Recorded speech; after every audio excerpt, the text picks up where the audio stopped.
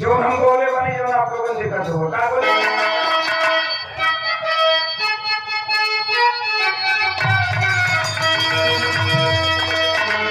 ये बोले बनी कि खुलवा पसीना सहरिया में भैया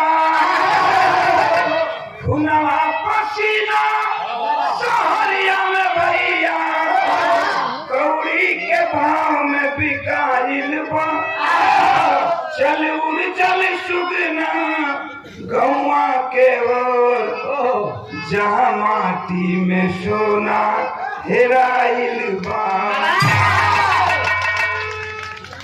उड़ चल सुगना गौवा के ओर जहाँ माटी में सोना हेराइल बा घर यज्ञनैया के सपना सजा के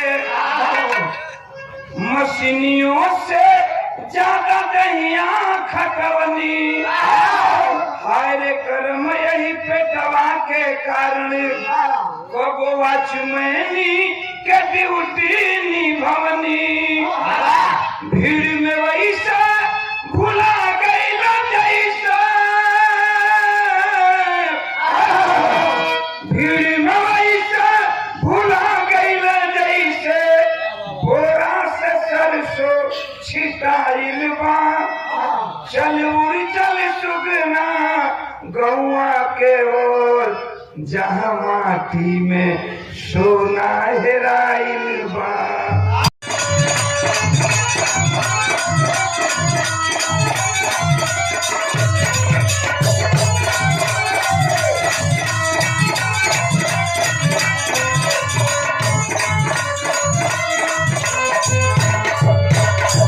सबके तारीफ करते क्या तारीफ करके कर ले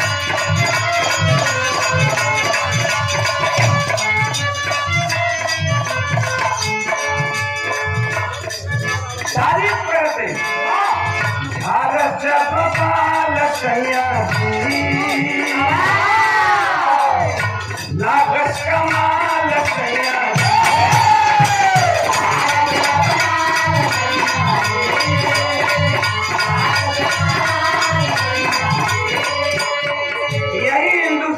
मिट्टी की खूबी है ये हिंदुस्तान के मेहरारू कह सकते हिंदुस्तान की औरतें कहती हैं कि भला है बुरा है जैसा भी है मेरा पति तो मेरा देवता है भले उपयोग करे का ना हो लेकिन मेहरारू का कही भला है बुरा है जैसा भी है मेरा पति मेरा देवता है कि लंदन के मेहरारू ना कही कि हिंदुस्तान की धरती को मेहरारू कही यहाँ की यही खूबी है मेहरारू मर्द के तारीफ करने का झारस बबाल सैया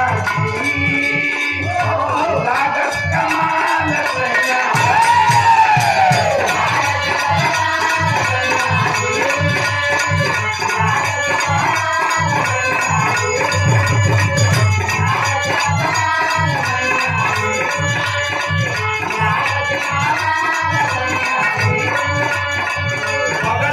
निकाल सैया जी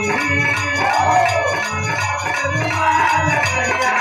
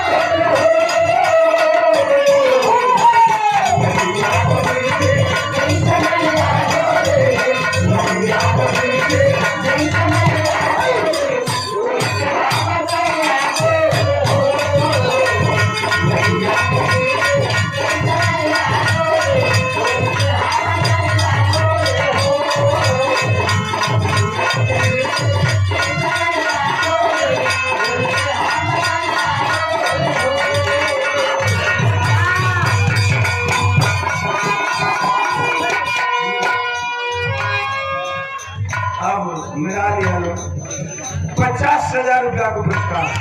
सब तरह पहलवान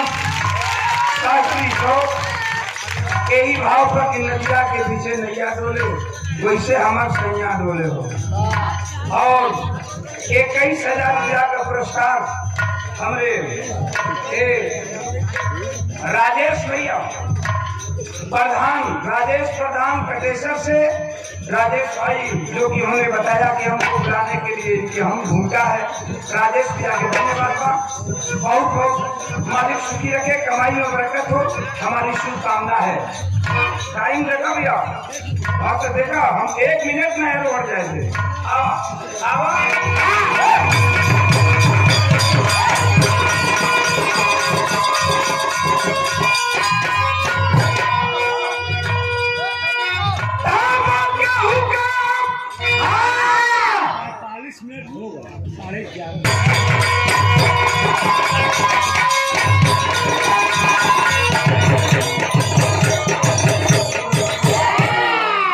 धन्यवाद, बहुत बहुत धन्यवाद।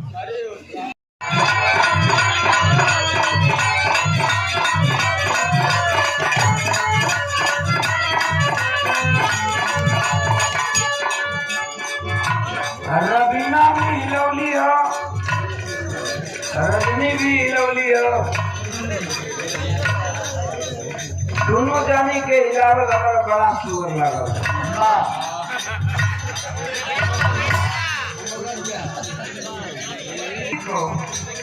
हिलाना भी ठीक हो।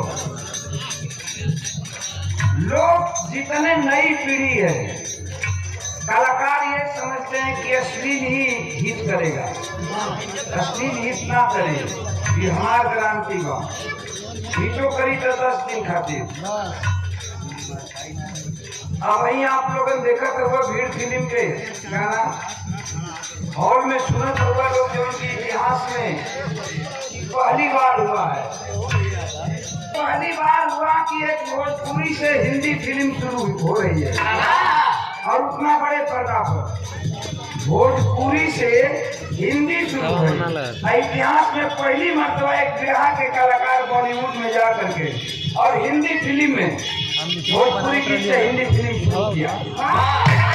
जो यूट्यूब पर और हॉल में भी देखा थे वो लोग, कोनो अश्लील नहीं के, एकरा पर लाखों लाख बनल बाटे। रील लड़का लड़की बनोलन हो, जब लड़का लड़की रील बनावत रहन ओकर मिलियन में 1 मिलियन 25 मिलियन 20 मिलियन ओकर जात रहल व्यूअर। जो हम बोले बानी, जो आप लोगों ने देखा तो का बोले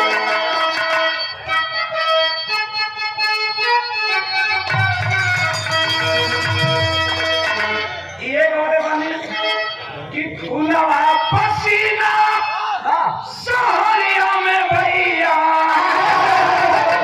खुला पसीना सहरिया में भैया, कौड़ी के भाव में बिकाइल बा।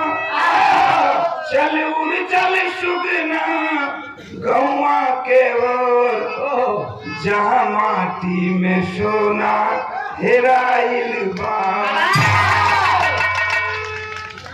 उड़ चल सुगना गौवा के ओर, जहाँ माटी में सोना हेराइल बा। घर अग्नैया के सपना सजा के, मशीनियों से ज्यादा दहिया खटवनी। हाय रे कर्म यही पेटवा के कारण, कबो वॉचमैनी के ड्यूटी निभवनी। भीड़ में वैसा भुला गईला जैसा, भीड़ में वैसा भुला गईला जैसे, बोरा से सरसों छिटाइल बा। चल उड़ चल सुगना गौवा के ओर, जहाँ माटी में सोना हेराइल बा। तो कोई जरूरी नहीं है। आज ये गीत बम्बई में, बॉलीवुड में, हिंदुस्तान के बॉलीवुड में चर्चा का विषय बना है। तो कहने का मतलब हमारे धन्यवाद। 100 रुपए का पुरस्कार